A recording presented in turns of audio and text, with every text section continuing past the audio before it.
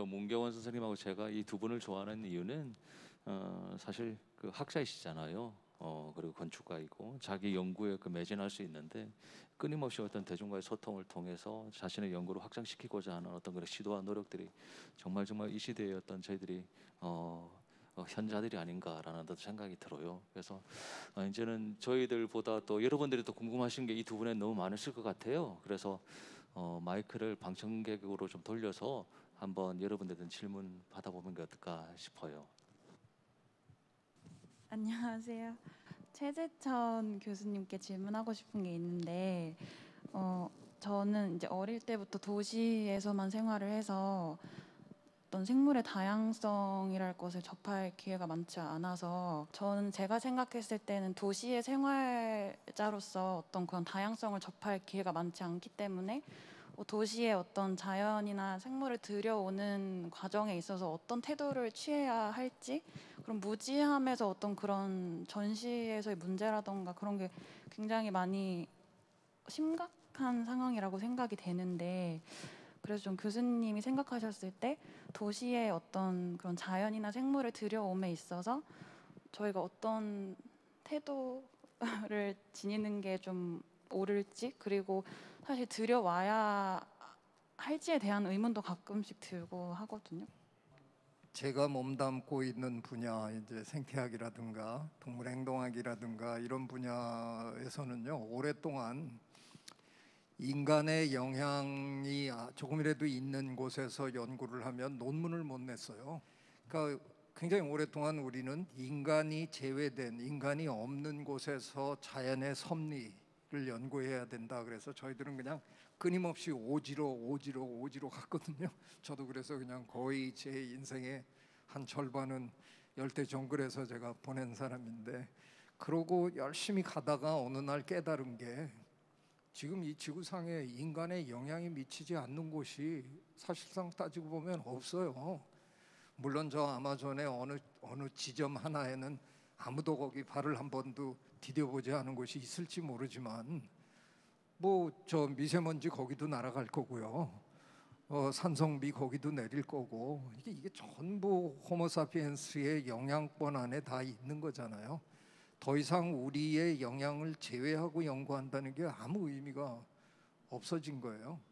그래서 우리는 한때는 국립공원을 만들어서 멀리라도 놔두고 우리가 가끔 찾아가자 했는데, 이제는 저희들의 생각은 그거보다는 도시 안으로 자연을 끌어들여야 되겠다 하는데 굉장한 저희들의 의지가 있어요.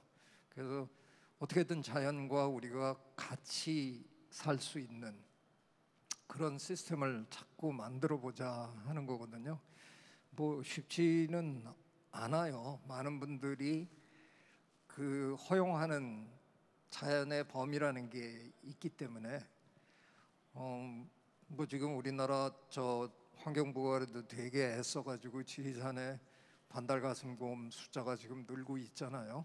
애당초 처음부터 계산이 조금 잘못된 건데, 그, 그 정도의 숫자가 늘어날 거를 예상 못한 것도 아니고, 늘어나면 그 지리산이라는 생태계가 유지해 줄 수 있는 상황을 넘어설 게 너무 빤했는데, 처음에는 그렇게 잘 될 줄 몰라서 그렇게 했는지 모르지만, 요즘 보면 뉴스에 여러분이 계속 들으시잖아요.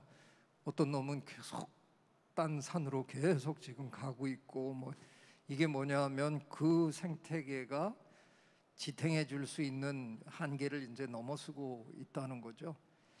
그런데 주민들은 곰이 무섭다는 거죠. 그런 어려움이 있겠지만 그래도 우리가 사는 이 공간 속에 자연과 함께 있을 수 있게 만들어가는 게, 너무 콘크리트로 돼 있는 도시 속에 사는 것보다 그게 훨씬 좋을 게 아니냐. 그래서 저희는 하여간 지금 도시 생태학이라는 분야가 굉장히 각광을 받는 분야가 됐습니다.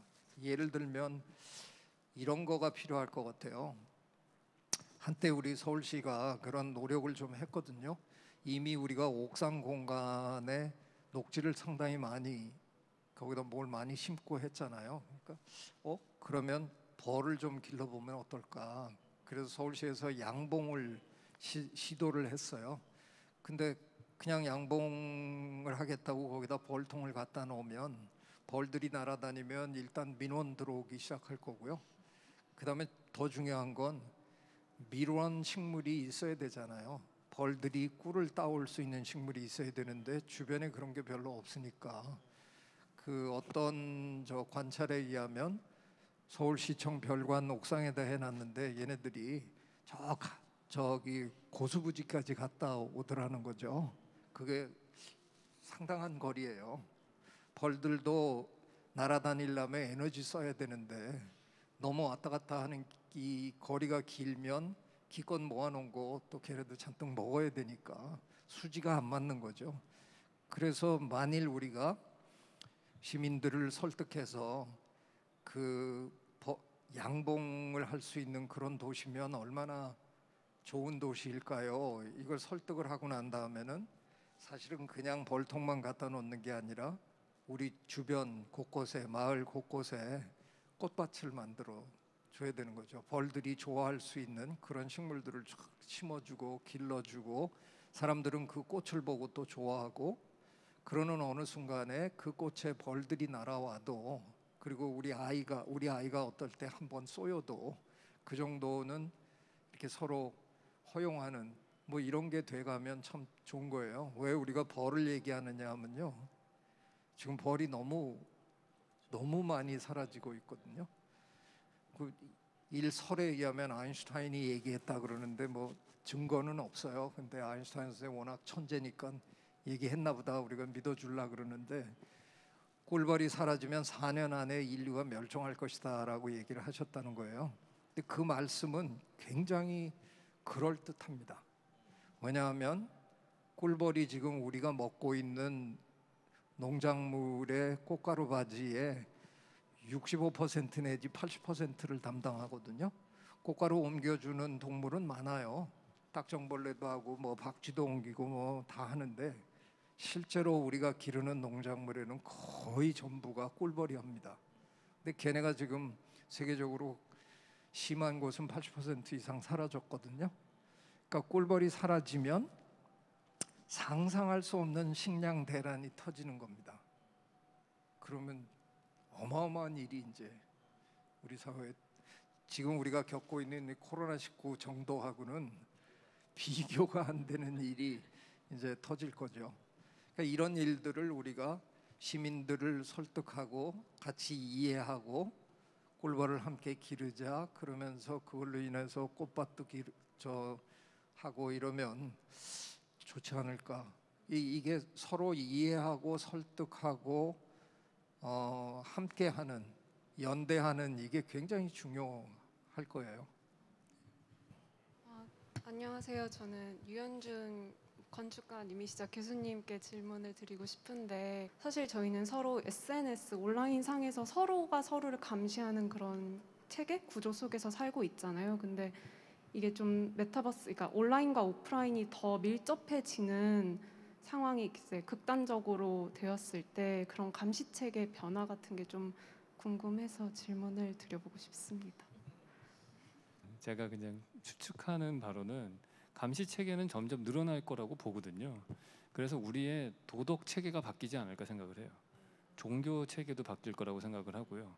우리가 만들어진 도덕 체계나 종교 체계나 이런 것들은 어느 정도 가면이 있는 상태에서 만들어진 시스템이라고 보거든요.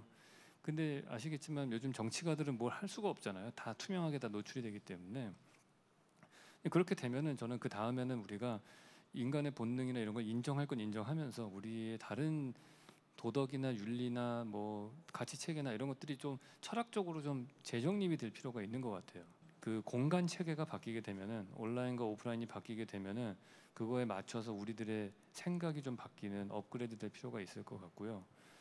그리고 모르겠습니다. 그게 제가 아까 잠깐 말씀드린 것처럼 근데 문제는 나라는 사람 자체가 이제는 멀티 페르소나로 살 수 있을 시대가 되기 때문에 이제 기존에는 없었던 나라는 사람을 여러 개의 부캐를 만들어서 다른 행동들을 할 수 있게 되면은 그때 나타나는 사회적 현상들은 또 다른 현상이 되고 예상치 못한 변수가 나올 거라고 봐요. 그래서 바뀌는 세상의 가치관을 가지지 않을까 생각을 합니다.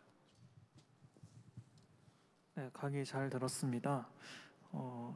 저는 대학에서 사회하고 역사를 전공하고 있는 학생인데요. 유현중 건축가님께 질문 드리고 싶습니다. 최근 한 10년, 15년 그 사이 우리나라에 광장을 만들어라, 공용 공간을 만들어라라고 하는 이것이 굉장히 큰 이슈로 떠올라서 서울시도 물론 그렇고 다른 도시들도 앞다퉈서 이제 공용 공간으로서 광장을 만들었는데, 그 광장이라고 하는 곳이 시민들이 공용 공간을 갖는다기보다는 정치적인 메시지 혹은 사회적인 메시지를 낼 때만 활용되는 경우를 제가 보았습니다. 그런데 이제 최근에 이제 코로나 바이러스가 터지면서 그 여행 유튜버들의 여행 브이로그를 보니까 유럽의 광장은 좀 다르더라고요.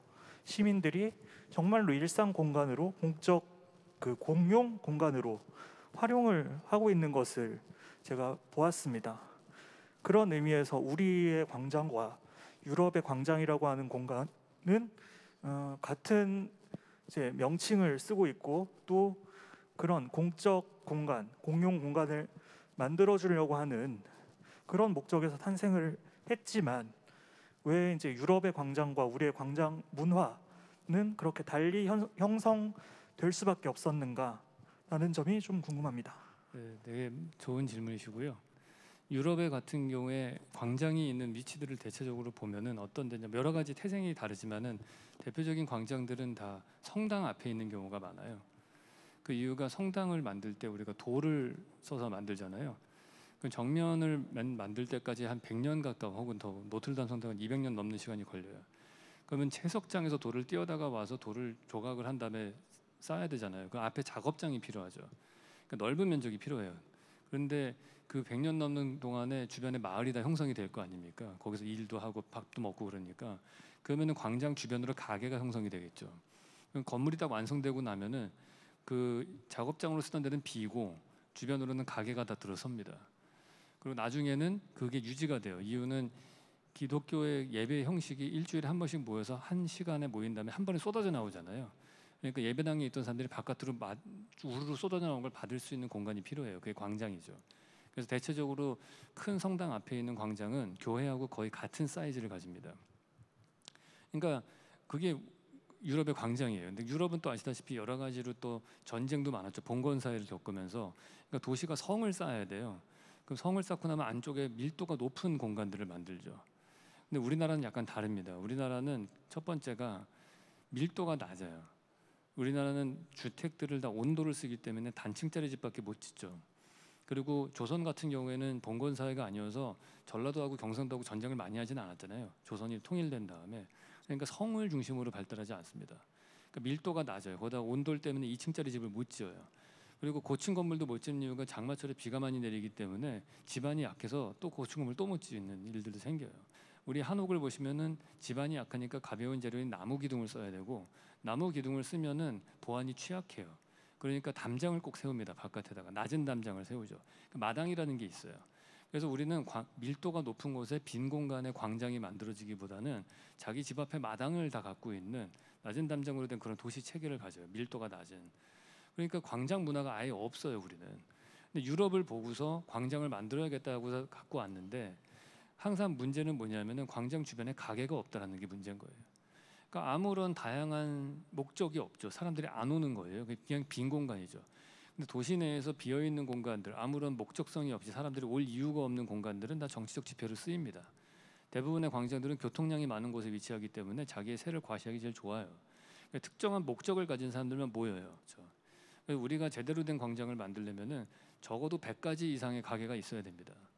그래서 100가지 이상의 목적을 가진 사람들이, 다양한 사람들이 와서 익명성의 상태에서 서로 다른 목적을 갖고 왔지만은 공통의 추억을 만들고 가야 되는 거죠.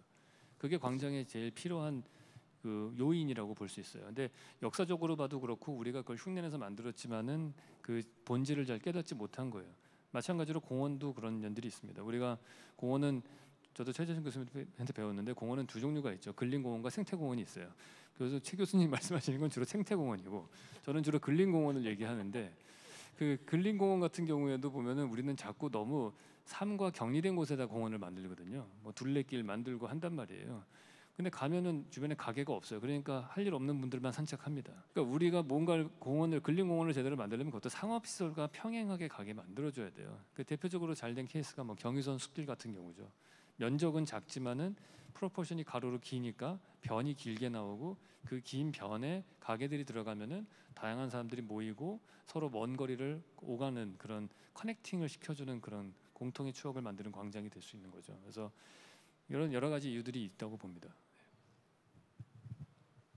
저희 이 모바일 아고라의 의미가 정말 이 현장에서 너무 새롭다는 생각을 했습니다. 저희들은 이제 예술가로 뭐 고립이라는 장치를 통해서 어떤 저희들의 지금의 현재를 반성하고자 하는 작품을 다소 이렇게 상상력을 동원해 가면서 접근했다면 실제 저희의 삶에 밀접하게 닿아 있는 도시 그리고 생태학 이 내용을 가지고 우리가 앞으로 어떤 연대를 꿈꾸면서 미래로 가야 할지 정말 좋은 말씀 너무 많이 해주셔서 감사드리고요. 다 같이 크게 박수 한번 부탁드리겠습니다.